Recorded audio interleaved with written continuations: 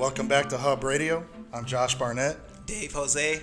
And we're going to kind of expand on this notice and notice of grievance.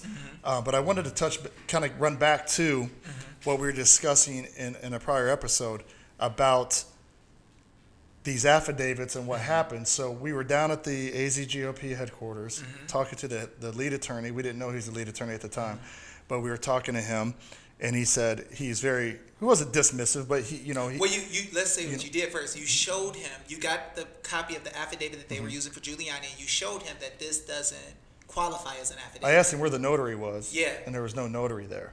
And then you got on the fact that it was a questionnaire. Yeah. And it didn't have no affiant, no specific things that happened to But he was like, but it says USC, blah, blah, blah, blah, and we and were it was like, the wrong one. Yeah. 1740, Title 28 USC 1746. Yeah. He picked the United States one when it should have been without the United States. Yeah. Yeah.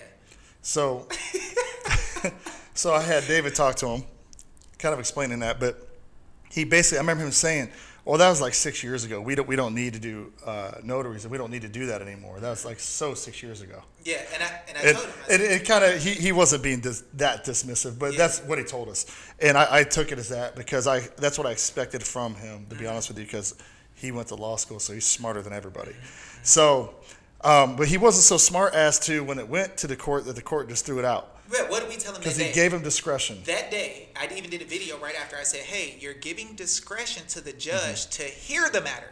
See, if a notary public, a notary is actually considered a justice of the peace. If you go to the 1877 Georgia Constitution, as ratified without subsequent amendments, and you go to the Bill of Rights, Section 1, it's going to tell, if you go to Article 6, I think it is, it's going to tell you that the judicial power is in the Supreme Court, and it's going to tell you the other courts of ordinary. Then it's going to say commission notaries public. So a notary can act like a justice of the peace, take an oath, and take evidence. That evidence is declared sworn testimony right there in evidence. So you have somebody taking the oath, so that means that testimony could even be used for a warrant. So when you don't have that jurat, you don't have a situation where it's sworn testimony, therefore no judge has to hear it. Yeah. So that's where they lost jurisdiction by giving the judges in all these cases the idea that he could tell if he wanted to let them in. They didn't hear any evidence from these people about the election situation. Zero. No evidence. So because of that, there was never a fair chance for the people to know what happened. And so, or tell their story. So because the jurisdiction was wrong, the standing was wrong, the status was wrong, the affidavits were not affidavits, just declarations of stuff.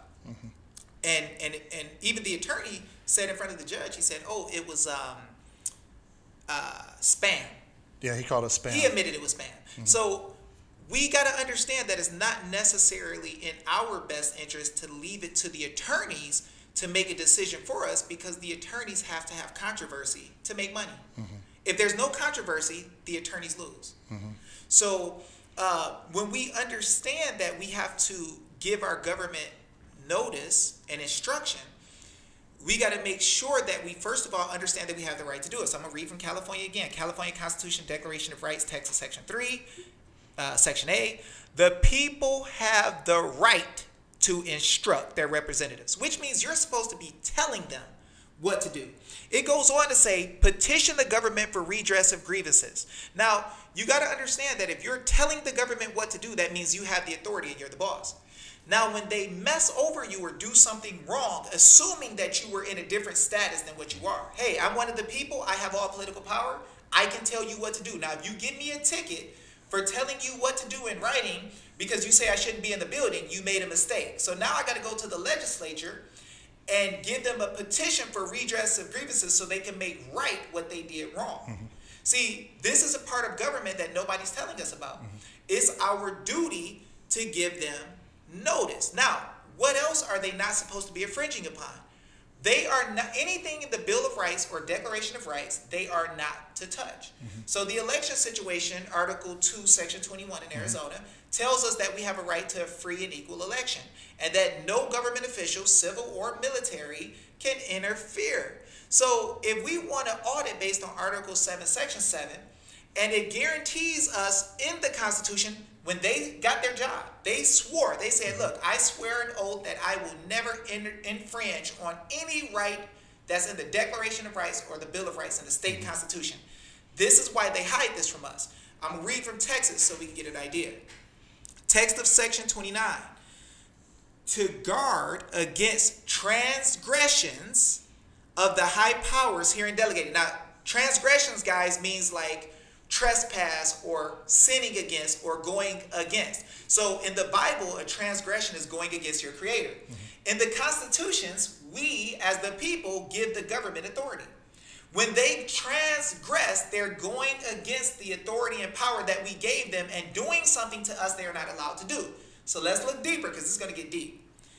To guard against transgressions of the high powers herein delegated. We gave them the high powers they have. It belonged to us. We lent it to them. We declare that everything in this Bill of Rights is accepted out of the general powers of government. Now, what does that mean? Every single thing in your state Bill of Rights or your state Declaration of Rights is guaranteed to you, and the government doesn't even have the power to remove it. So if you have liberty interests, right? Like your kids? Yeah, your kids, which some states like to take without warrants, right? And then not criminally charge the parents. Yeah, but they won't take machines for some reason. I don't get that. You grant authority to somebody to take a kid with no warrant without due process of law, but Well, they do. If they even have a subpoena to get the machines and they still don't enforce it. Yeah, that's kind of crazy. Why do the Board of Supervisors have more respect than the people who have liberty interests in their kids? That's pretty deep. So when we look at this, it says, and shall ever remain inviolate. That means you can't get rid of it. And all laws contrary thereto or to the following provisions shall be void. So this means if the legislature writes any statute, now I know you haven't heard this before, but this is the truth. If the legislature writes any statute, it has nothing to do with the rights of the people. And if they go against your Bills of Rights or Declaration of Rights, once they've transgressed against you. And it is now your duty to petition them for a redress of grievance to make it right. So what do we do in this election situation? So what was the petition of grievance or the notice of grievance that we just gave out? So what we did, Josh and I, is we got together as members of the same PMA. Yes. Josh and I got together and we decided to deal with the fact that the legislature was slow walking on an audit, and we ordered Karen Fann to arrest the Board of Supervisors pretty much. We put in for them to not recall, but impeach, because as the people, we instruct our government officials. So we're telling them, impeach these people who are going against our authority, and then we put in part of the letter that Karen Fann had where the Board of Supervisors told her that they realized that the state is supreme to them. So with all that being said, we gave notice, and this is what we can do as a people, what we should be doing. We should not be complaining about what the government is doing. We should be giving instruction, hey, we want to audit, which is what we did as well. We required an audit, we demanded an audit by right, and we told them who we wanted for the audit, and I believe that we'll have exactly what we asked for, what we demanded in the documents. And this is what every person watching this needs to do, is get together with Josh. It's power of numbers. Yep. You know, if one person sends something in, but if you got 500, I don't know, they've been moving pretty good. If you got, 50, 100, 150, Yeah. 500 notices coming in, and the people are demanding that this happens, now we can push it to an affidavit and that kind of thing where we can really make things move. But there are consequences with an affidavit. Yes. So there's built-in consequences, financial consequences with an affidavit that can be moved into arbitration. And we can touch on that a little more. Yeah. And they can lose their job. Yeah, into the next segment. Let's talk about that into the next segment. But I know we had, so basically in Arizona we have Article 7, Section 7, right? Article 2, Section 2, Article 2, Section 21. Yep. That free and fair elections in 21.